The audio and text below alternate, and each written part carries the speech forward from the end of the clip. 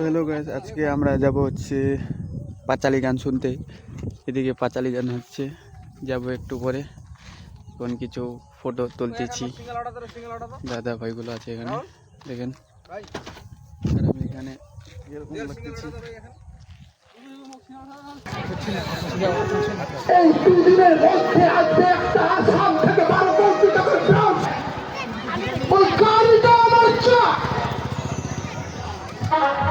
তাই ওই বাল্যকালের বন্ধুকে ভোট করেছি। আসাম থেকে গাড়িটাকে রাস্তায় রাখতে করবো। হ্যাঁ, তাই আমি এখানে একটু বন্ধুর জন্য অপেক্ষা করি।